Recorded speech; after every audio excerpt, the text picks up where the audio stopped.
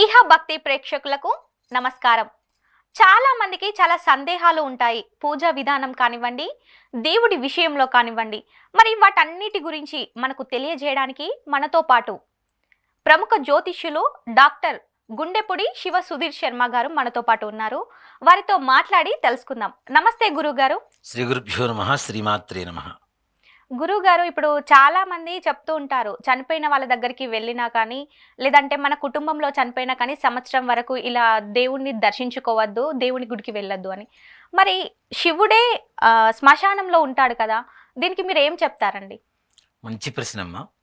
చాలామందికి ఉన్న అనుమానం ఇది. ఈ అనుమానాలు తీరాలి అంటే మనకి అష్టాదశ పురాణాలు అని చెప్పి 18 రకాల పురాణాలు ఉన్నాయి. 18 పురాణాలు. వాటిల్లో మానవ ధర్మం గురించి, మానవుడు శరీరం విడిచిన తర్వాత చేయవలసినటువంటి కార్యాల గురించి, ఆ తర్వాత ఆచరించవలసినటువంటి ఆచారాల గురించి, ముఖ్యంగా గరుడ పురాణం అని చెప్పి ఒక పురాణం ఉంటుంది. చాలామంది కూడాను గరుడ పురాణం చదవకూడదు అంటుంటారు. అష్టాదశ పురాణాలలో చాలా విశేషమైనటువంటి పురాణం గరుడ పురాణం.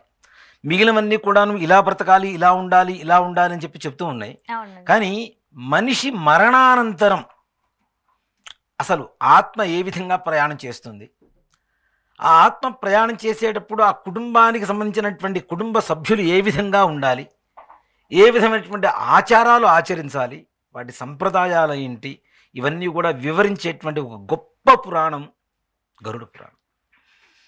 గరుడ పురాణం చాలామంది ఇప్పుడు ఎలా ఉందంటే, పూర్వకాలంలో భగవద్గీత అంటే ఏంటి, మనకి మన తలరాతను మార్చేటువంటి రాత భగవద్గీత. అవునండి.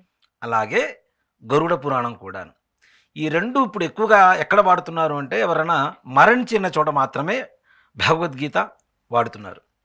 ఒక చోట వినిపిస్తుందంటే అక్కడ ఎవరో చనిపోయారు, అంత దేనికి ఈ శ్మశానానికి తీసుకువెళ్ళేటువంటి వాహనాలు ఉంటాయి, వాటిల్లో కూడా ఈ భగవద్గీత పారాయణ పెట్టుకుంటూ వెళ్ళిపోతున్నారు. అంటే ఒక సింబాలిక్గా మారిపోయింది భగవద్గీత అనేటువంటిది కూడా. ఒక మనిషి చనిపోయిన చోట మాత్రమే వినిపించాలి అనేది.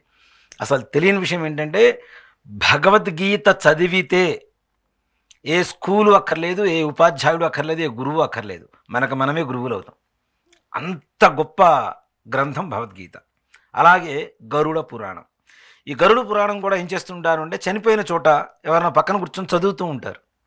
అలా శవం ఉన్నా కూడాను కూర్చొని చదువుతూ ఉంటారు. లేదా ఈ 12 రోజులు కూడా గరుడ పురాణం పారాయణ చేస్తూ ఉంటారు, మైలో ఉన్నటువంటి 12 రోజులు కూడా. ముఖ్యంగా చెప్పాలి అంటే, గరుడ పురాణం చనిపోయినప్పుడు మాత్రమే చదివేటువంటి పురాణం కాదమ్మా.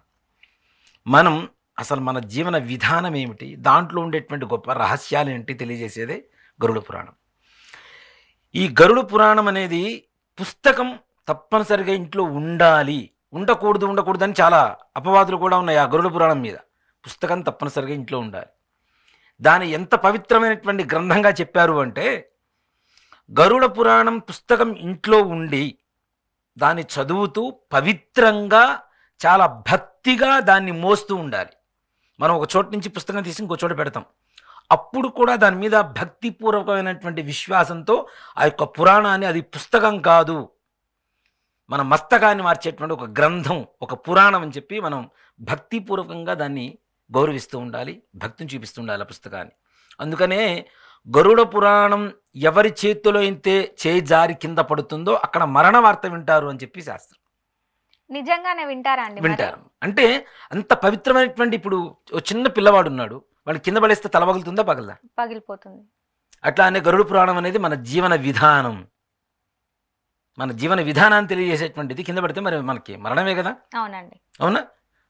శారీరకంగా మరణం ఉందా లేదా తీసి పక్కన పెడితే మానసికంగా మనం మరణించినట్టే లెక్క.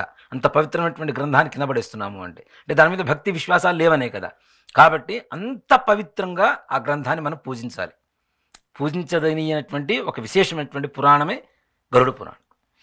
ఈ గరుడ పురాణంలో ఏం చెప్తున్నారు అంటే, మనిషి చనిపోయిన తరువాత, మనం అంతకుముందు కూడా చెప్పుకున్నాం, అవునండి, ఓ 12 రోజులు తర్వాత కర్మ అప్పుడు మనం చేస్తూ ఉంటాం, కర్మ తర్వాత 12 మాసాలు ప్రయాణం చేస్తూ ఉంటుందని. ఈ 12 మాసాలు ఈ ఆత్మ ప్రయాణం చేసేటువంటి దాన్ని సంవత్సరీకం అంటారు. దాన్ని ఏమంటాం మనం? సంవత్సరీ విముఖం అంటారు సంస్కృతంలో. విముఖం అంటే ఆత్మకి ఈ లోకానికి సంబంధం లేకుండా ప్రయాణం అయిపోయింది అని చెప్పడమే సంవత్సరీ విముఖం. విముఖం అంటే విడిపోవడం కదా. కాబట్టి ఈ సంవత్సరం లోపల ఈ కుటుంబ సభ్యులు ఏం చేయాలి, ఏం చేయకూడదు అనేటువంటిది చాలామందికి ఉండేటువంటి అనుమానం. నిజంగా చెప్పాలి అంటే ఇప్పుడు మా నాన్నగారు ఉన్నారు. ఆయన చనిపోకముందు నిత్యం స్నానం చేశాను, నిత్యం సంధ్యావందనం చేసుకున్నా, మంచి బట్టలు కట్టుకున్నా, కడుపు నిండా భోజనం చేశాను, కంటి నిండా నిద్రపోయా. నాకు కావలసినటువంటి సకల సౌకర్యాలు కూడాను ఎక్కడ ఏ లోటు లేకుండా చూసుకున్నా. మా నాన్నగారు చనిపోయారు. ఆ తర్వాత నేను స్నానం మానేస్తానా? లేదండి. మంచి బట్టలు కట్టుకోవడం మానేస్తానా? లేదండి. తిండి తినడం మానేస్తానా? కంటి నిండా తినకపోతే ఎలా అండి? కంటి నిండా నిద్రపోవడం మానేస్తానా? లేదండి. కదా, ఇవన్నీ కూడా మనిషి చనిపోయిన తర్వాత చేస్తున్నాం కదా. చేస్తున్నాం. మరి చేస్తున్నప్పుడు దేవుడికి ఎందుకు మానేయాలి నాన్న? మనం మాత్రం అన్ని సౌకర్యాలు మనకు కావలసినవి అన్నీ చేసుకుంటాం. మన ఇంట్లో దేవుడికి మాత్రం సంవత్సరం పాటు దీపారాధన చేయకూడదు, బూజు పెట్టి పక్కన పడేసి ఉండాలా?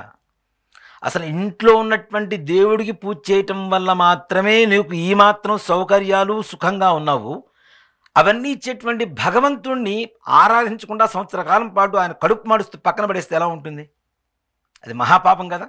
అవునండి. నీకు మాత్రం అన్నం తింటాం, దేవుడికి మాత్రం నైవేద్యం వద్దు. నీకు మాత్రం కరెంటు లైట్లు కావాలి, ఏదైనా ఫంక్షన్ చేసుకుంటే మంచి మంచి లైటింగ్ కావాలి, దేవుడికి మాత్రం దీపారాధన కూడా చేయొద్దు. అది ఎంత పాపం అది. అవునండి. అంతేకాకుండా యజ్ఞయాగాది క్రతువులు కూడా చేసుకోవచ్చు అని చెప్పి శాస్త్రం చెప్తోంది. ఎందుకు? ఇందాక మీరు అడిగిన ప్రశ్నలోనే ఉంది. పరమేశ్వరుడే శ్మశానంలో నివాసం కలిగి ఉంటాడు. అవునా? మనం శవాన్ని తీసుకొని వెళ్తాం కదా, శవాన్ని తీసుకొని వెళ్ళిన తర్వాత శివుడు అక్కడ ఎందుకు ఉంటాడు? గొప్ప ప్రవచనంలో కూడా చెప్తూ ఉంటారు చాలామంది. ఏంటి అంటే, నీకు పుట్టిన పిల్లలు, నీకు తోడబుట్టిన తోబుట్టువులు, నీ కన్న తల్లి తండ్రి, నీ స్నేహితులు, నీకు విద్యాబుద్ధులు నేర్పించిన గురువుగారు, వీళ్ళెవ్వరూ కూడా శ్మశానం వరకు మాత్రమే వస్తారు. నీతో పాటు అగ్నితో రావట్లేదు కదా. రావట్లేదు. వీళ్ళెవ్వరూ లేరు, నేను అనాథని అని చెప్పి ఏడుస్తున్నటువంటి ఆత్మ ఘోషిస్తున్నటువంటి సమయంలో నేను నీకు తోడున్నాను రా అని చెప్పి చెప్పడం కోసమే శివుడు శ్మశానంలో నివాసం ఉంటాడు. అంటే మనల్ని అనాథలు చేయకుండా ఉండేందుకే పరమేశ్వరుడు శ్మశానంలో ఉంటాడు. అవునా? మరి పరమేశ్వరుడు ఒడిలో చేరిన తర్వాత నీకు పరమోత్కృష్టమైనటువంటి స్థితే కానీ వేరే స్థితి కాదు కదా. లేదండి. నువ్వు పండగ, ఓ మాట చెప్పాలంటే మరణం అనేది మనకి బాధాకరంగా ఉంటుంది, తాత్కాలికమైనటువంటి బాధను మిగిలిస్తూ ఉంటుంది. కొన్ని రోజుల తర్వాత అలవాటు పడిపోతూ ఉంటాం. వాళ్ళు లేకపోయినా మన పనులు మనం చేసుకుంటూ ఉంటాం, పెళ్ళిళ్ళు చేస్తాం, అన్నీ జరిగిపోతూనే ఉంటాయి, జీవన విధానం అనేది జరిగిపోతూనే ఉంటుంది. కానీ చనిపోయినటువంటి వాడు ఎక్కడ పోతున్నాడు? పరమేశ్వరుడికి ఐక్యంగా జరుగుతున్నాడు కదా. పరమేశ్వరుడు ఐక్యమే అవుతున్నాడు. అలాంటప్పుడు వాడికి విశేషమైనటువంటి స్థానమే కదా, యోగమే కదా. నీ వంశీకుడు పరమేశ్వరుల్లో ఐక్యం జరుగుతున్నటువంటి అంత గొప్ప సన్నివేశం జరిగినటువంటి తర్వాత ఆయనకి చేయవలసినటువంటి పూజలు ఎందుకు మానేయాలి నువ్వు?